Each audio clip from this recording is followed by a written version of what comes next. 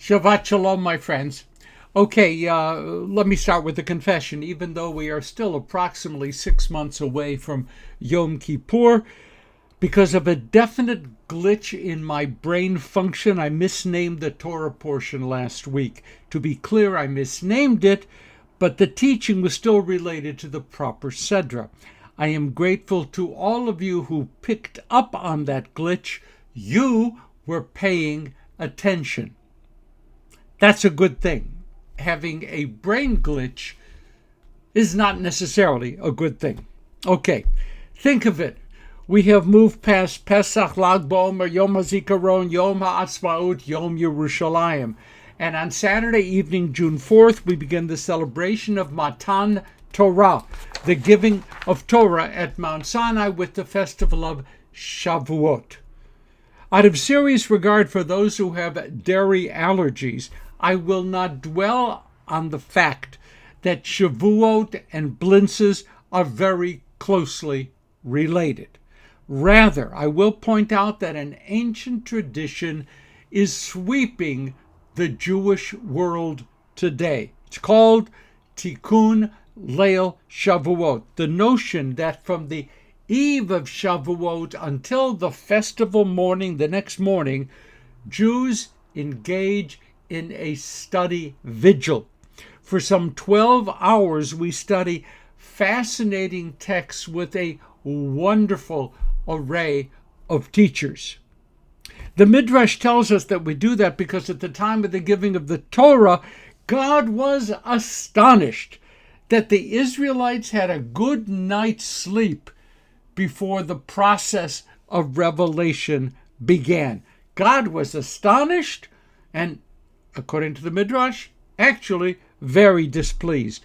So we today, trying to rectify what appeared to be a stunning display of indifference by our ancestors, we stay awake and study all night long. Tikkun means fixing or repairing. So we do a tikkun Saturday night until Sunday morning to publicly indicate that we totally, unlike our ancestors, are not indifferent to Torah. So Chag Samayach. And let's enjoy our Saturday night study. One other matter. This week we began a months-long celebration of LGBTQ plus community with Gay Rights Month. We celebrate that community. It's a privilege. It is a zechut to have a public occasion to publicly, warmly, and lovingly embrace this significant part of the Jewish people. Happy Gay Rights Month. Our Sedra is BaMidbar. That's the real Sedra. The opening chapters of the book of Numbers. On the face of it, nothing much really happens here. 2 years into the Exodus, a census is taken. The purpose of the census is to help organize the people into self-defense units. The Sedra carefully lists the Israelites tribe by tribe, thus the name of the book, the Sedra, Numbers. Bible scholars labor to understand a number of what appear to be discrepancies in our text. Why the tribes are listed in a different way here from a parallel passage in the book of Exodus. Scholars want to know that. And why the date of the census is different in our place and in the book of Exodus. Fine. But the rabbis have other fish to fry. They want to know why Aaron's sons are listed by name in our Sedra, but the sons of Moses are not. Whatever happened to Gershom and Eliezer? The rabbis ask such questions so as to teach some of their favorite lessons. Like what? Like, first of all, Moses' sons did not care for the study of Torah because they had fallen under the sway of their grandfather Jethro.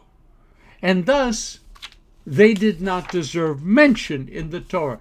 Don't study Torah? You don't deserve mention in the Torah. Secondly, the rabbis say that children of great people far too often are losers, unable to match their parents' achievements. Jewish tradition creatively manages to find a way to track Moses' descendants to the time of King David. But I have to tell you that tracking is heavily dependent upon Midrash. Fact is, Moses' sons, they disappear. Shai-Held finds even more homiletical riches in our Sedra in the census. The text will celebrate not just an anonymous mass of people, but rather bothers to count the people one by one, leading to a suggested total of 603,000 men of appropriate age capable to fight on behalf of the people. Though the covenant is between God and the Jewish collective, God wants us to know that each one of us is precious, that each one of us must stand or fall by their own actions. Each one of us, according to the rabbis, is a sacred individual.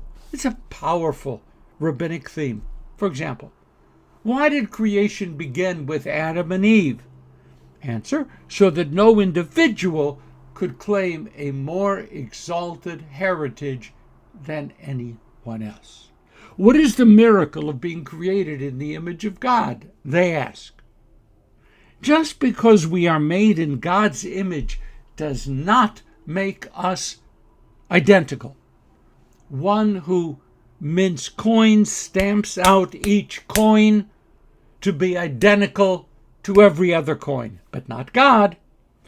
God created us, each of us, to be sacred individuals, unique. Count us if you will, but nothing can detract from our absolute uniqueness as individuals. The Sheva Brachot at the end of a wedding ceremony, the 7 blessings, make that point over and over again by comparing a marriage to the creation of the Garden of Eden. 2 people are coming together to create a new family, the likes of which never has existed before and will never exist again. Each child that is a product of that union is themselves absolutely unique. Now, this is not a case of Jewish hyper-exaggeration of the beauty and intelligence of our children. Of course, they're beautiful and intelligent. This is a universal truth. No one has ever had, nor will ever have, our values, our skills, our passions, our strengths, our weaknesses, our dreams, our nightmares. Being utterly unique, we therefore can never be fully replaced. I cringe every time that I read the closing chapter of the book of Job. Do you remember that? A chapter in which God makes it up to Job for his having lost his children because of Satan's incitement. How does God fix things for Job? Job has more children. Really? No, that doesn't work. Those who died can never simply be replaced by another batch of children, even if the new kids are loving, brilliant, gorgeous students of Torah. Nechama Leibowitz once commented, the Torah wished to repudiate the ideology that regards human beings as a cog in a vast machine. What a breathtaking thought. Even though we are part of the Jewish people, even though we are part of humanity, even though we are part of all that lives within the cosmos, we are each of us individuals. We are different. We are individuals. We have to see ourselves as individuals, not as hapless inhabitants of a world created by Franz Kafka. And we must see others, individuals, not just as members of one group or one race or one gender or one nation. We are singular. We are, each of us, utterly rare, utterly unique.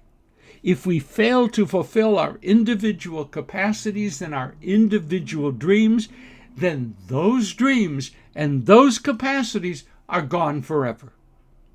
If we fail to see and celebrate the uniqueness of others, we are permanently damaging what creation is all about.